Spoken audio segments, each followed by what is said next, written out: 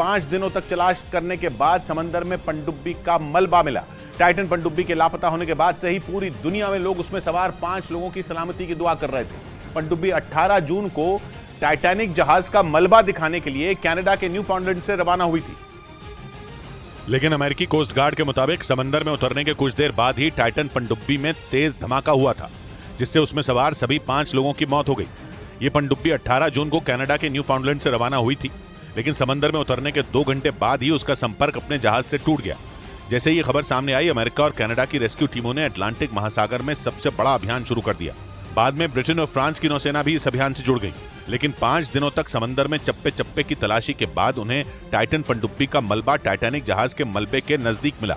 Titanic जहाज का मलबा कनाडा के न्यू फाउंडलैंड से 644 किलोमीटर दक्षिण में है और टाइटन पनडुब्बी का मलबा मिलते ही उसमें सवार सभी लोगों के मिलने की संभावना भी खत्म हो गई।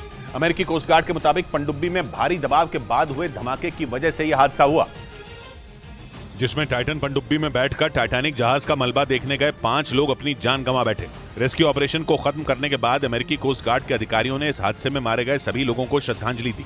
I offer my deepest condolences to the families. Titan पनडुब्बी में 5 लोग सवार थे, जिनमें ब्रिटेन के कारोबारी हैमिश हार्डिंग भी थे, जो एयरक्राफ्ट कंपनी एक्शन एविएशन के चेयरमैन थे। उनके साथ पाकिस्तान के सबसे अमीर कारोबारी शहजादा दाऊद और उनके बेटे सुलेमान भी इस पनडुब्बी में सवार थे। इनके अलावा फ्रांस की नौसेना के अधिकारी पॉल हेनरी और टाइटन पनडुब्बी बनाने वाली कंपनी ओशन गेट के सीईओ स्टॉकटन रश भी इसमें मौजूद थे। उधर अमेरिकी कोस्ट गार्ड का दावा है कि अटलांटिक महासागर में टाइटन पनडुब्बी का मलबा ढूंढने में रिमोट से चलने वाली मशीन ओडिसियस 6K ने बड़ी भूमिका निभाई। दावा है कि इस पनडुब्बी की तलाश में अटलांटिक महासागर का हजारों किलोमीटर का इलाका छान मारा गया और इसके लिए दुनिया भर से कई जहाजों को भी लगाया गया। लेकिन 5 दिनों तक चले इस तलाशी अभियान के बाद टाइटन पनडुब्बी के मलबे को ढूंढने में रिमोट से चलने वाली ओडिसियस 6K मशीन की सबसे बड़ी भूमिका रही। अमेरिकी कोस्ट गार्ड के मुताबिक इस मशीन को अमेरिका की एक कंपनी ने बनाया है, जो समंदर की सतह तक जाने में सक्षम है, और इसी मशीन ने 22 फीट लंबी टाइटन पनडुब्बी की तलाश में टाइटैनिक जहाज के आसपास के पूरे इलाके को छान मारा। दावा है कि काफी तलाशी के बाद ओडिसियस 6K मशीन को टाइटैनिक जहाज के नजदीक ही टाइटन पनडुब्बी का मलबा मिला। इस बीच अमेरिकी नौसेना ने दावा किया कि उसके खुफिया हथियार ने टाइटन पनडुब्बी में हुए धमाके की आवाज सबसे पहले सुनी थी। अमेरिकी नौसेना के मुताबिक उसने कई दिन पहले ही यह आवाज उसी जगह सुनी जहां अंतिम बार टाइटन पनडुब्बी ने अपने जहाज से संपर्क किया था, और इसके लिए अमेरिकी नौसेना ने एक ऐसे खुफिया उपकरण का इस्तेमाल किया जो समंदर की गहराइयों में किसी भी आवाज को आसानी से सुन सकता है। दावा है कि 18 जून यानी जिस दिन टाइटन पनडुब्बी 5 लोगों को लेकर टाइटैनिक जहाज का मलबा दिखाने के लिए रवाना हुई थी, उसी दिन अमेरिकी नौसेना ने अटलांटिक महासागर में धमाके की आवाज सुनी थी। लेकिन खबर है कि वो बिना सबूत किसी नतीजे पर पहुंचना नहीं चाहती थी। इसी वजह से अमेरिकी नौसेना ने ये बात छिपा कर रखी। मीडिया रिपोर्ट के मुताबिक अमेरिकी नौसेना ने जिस खुफिया उपकरण से धमाके की आवाज सुनी थी, उसका इस्तेमाल दुश्मन की पनडुब्बियों पर नजर रखने के लिए किया जाता है। वहीं टाइटन पनडुब्बी हादसे के बाद सोशल मीडिया पर यह चर्चा शुरू हो गई कि इस घटना की भविष्यवाणी 14 साल पहले ही कर दी गई थी।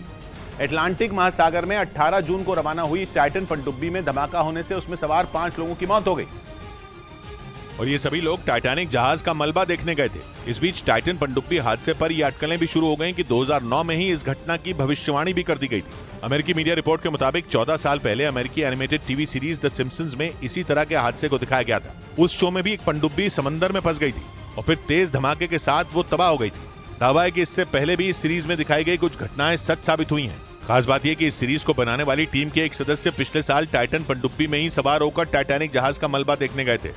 इस बीच अमेरिकी मीडिया का दावा है कि टाइटन पनडुब्बी को बनाने वाली कंपनी पर 5 साल पहले सुरक्षा मानकों को न मानने का आरोप भी लगा था। यह पनडुब्बी लोगों को टाइटैनिक जहाज का मलबा दिखाने गई थी, लेकिन टाइटन पनडुब्बी में धमाका होने से उन सभी की मौत हो गई। इस बीच अमेरिकी मीडिया का दावा है कि टाइटन पनडुब्बी को बनाने वाली कंपनी ओशन गेट पर 2018 में सुरक्षा मानकों को न मानने का आरोप लगा था। हैरानी की बात यह कि आरोप लगाने वाला ओशन गेट कंपनी का ही एक कर्मचारी था, जिसने 5 साल पहले टाइटन पनडुब्बी में कई खामियों का पता लगाकर अपनी कंपनी को आगाह किया। लेकिन अमेरिकी मीडिया के मुताबिक उसकी सलाह को मानने के बजाय उसे कंपनी से ही निकाल दिया गया था। बाद में उसने पुलिस से इसकी शिकायत भी की थी। अमेरिकी मीडिया का आरोप है कि टाइटन पनडुब्बी में उन खामियों को दूर नहीं किया गया, जिसकी वजह से अटलांटिक महासागर में यह पनडुब्बी हादसे का शिकार हो गई।